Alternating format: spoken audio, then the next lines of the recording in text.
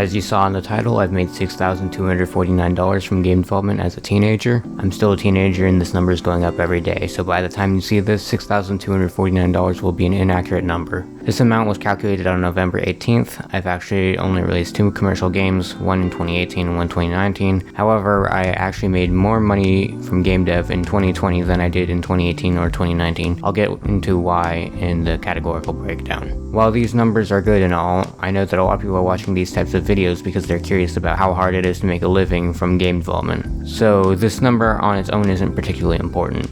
Making $6,249 in a week is completely different from making it in 10 years. There's a lot of fuzzy stuff behind that number as well that I'd like to get into, and this is the first. As of now, I've put a bit over 300 hours into commercial game development, but most of my time I'm not working on projects that'll make money. That said, working on those projects got me to where I am skill-wise. When you add in those hours, I've spent a bare minimum of 1,000 hours on game dev. I have no clue what the actual number is though. When you throw in all types of coding, art, etc., it easily goes over 2,000 hours.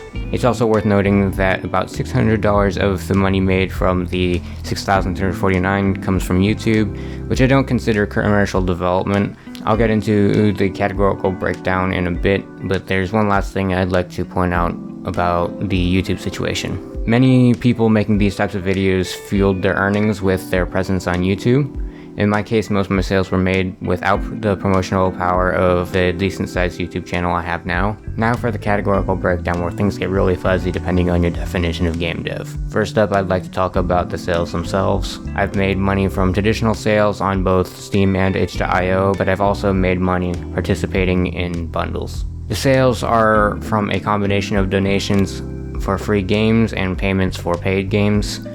The first paid game I released is Super Potato Bruh, which sold over twice as well as my second game. My second paid game is Drawn Down Abyss. While the sales weren't that great on their own, it actually gave quite a big boost to Super Potato Bruh sales, so I don't consider it a failure. Since I haven't released any games since 2019, I think it's worth noting that I'm significantly better at game development now, and I think I could do better if I made another paid game.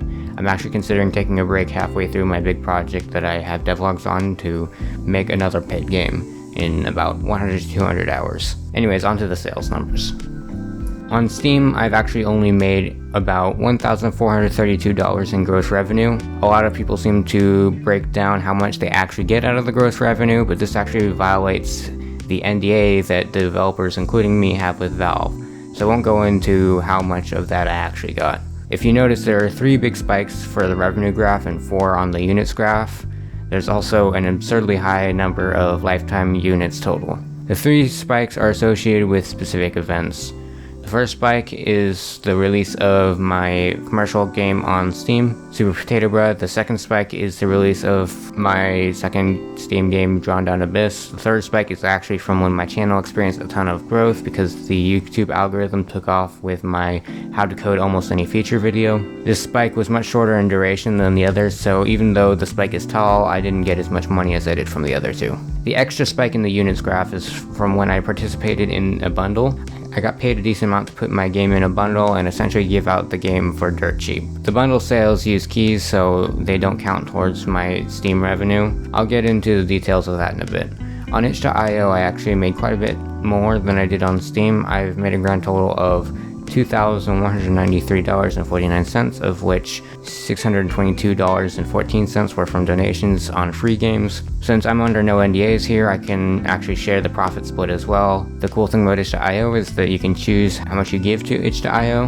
At first I had it at 15%, but for the overwhelming majority of my sales I've had it at 10%, which is what most people have it at. There is the extra cost of passing money through PayPal, so I actually get less than 90%. Most money goes from consumers' PayPal accounts into itch.io, which I have to pay the fees for. Then I send it to my PayPal account, which is another fee. Normally those fees combined are about 10%, so realistically I get a bit under 80% of the revenue from itch.io. One important thing to point out is that Steam doesn't pay through PayPal, so I don't have to pay these fees for Steam. There's a lot to cover here, and I'm trying to not make this video an hour long. So next up is the bundle I participated in. It was a bundle on Indie Gala, and I ended up with $342.68. Lots of keys were given out that time, and I suspect it reduced my future sales a bit. That's where that odd unit count in my Steam analytics comes from.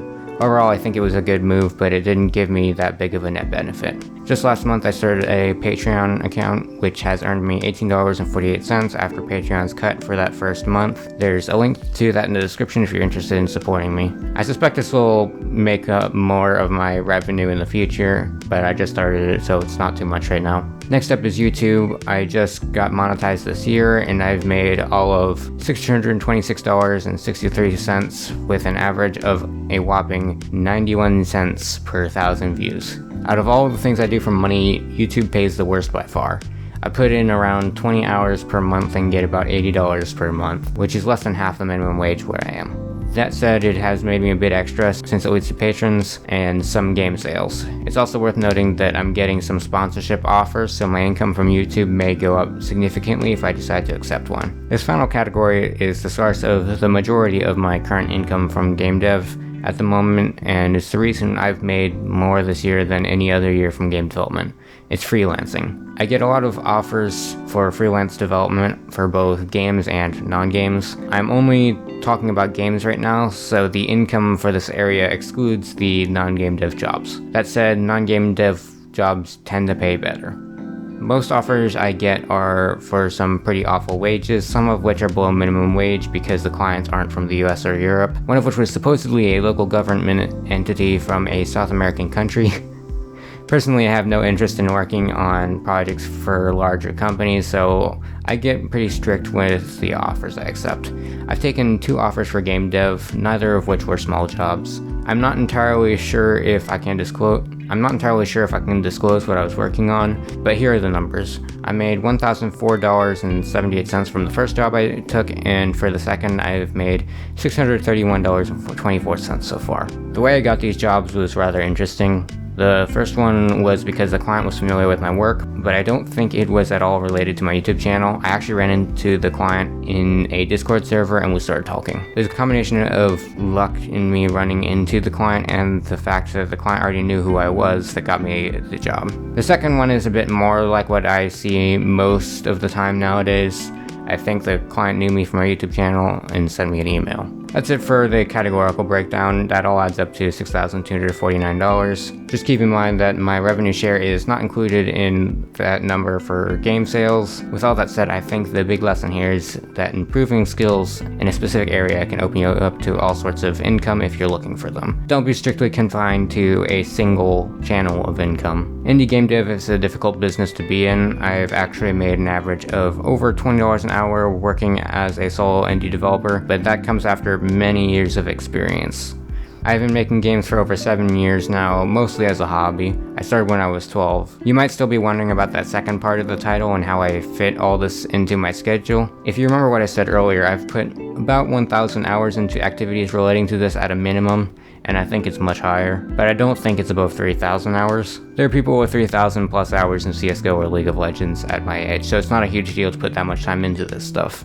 Up till 2018, I did programming and game development only when I felt like it, which was fairly rarely. Recently, I've been getting into more of a schedule since it's part of how I make money now. I've been taking college classes since 2017, and this year I added in a job where I do software engineering work. Just putting in a few hours per week over 7 years really does go a long way. So it's not a huge deal if you've got a busy schedule as long as you're able to keep going at it for a long time. I've managed to put in at least 2,000 hours into gaming in the last 3 years as well, a significant portion of which went into VR, so I wouldn't consider myself particularly productive in an organized way. The big tip for productivity in my opinion is to just make sure you don't spend 90% of your free time browsing the internet in your bed like you're probably doing right now. There's stuff you can do after that, which I'm still working on, but you gotta make that first step. Twitter, Facebook, Instagram, Reddit, etc. are massive wastes of time in my opinion. YouTube is a bit more of a mixed bag since there is educational content here, like my tutorials, but for the most part, people are burning time. One last note I'd like to end on is that if you're looking at this from a get-rich-quick perspective, you're looking at it wrong. Work to improve yourself first, and the money will naturally follow.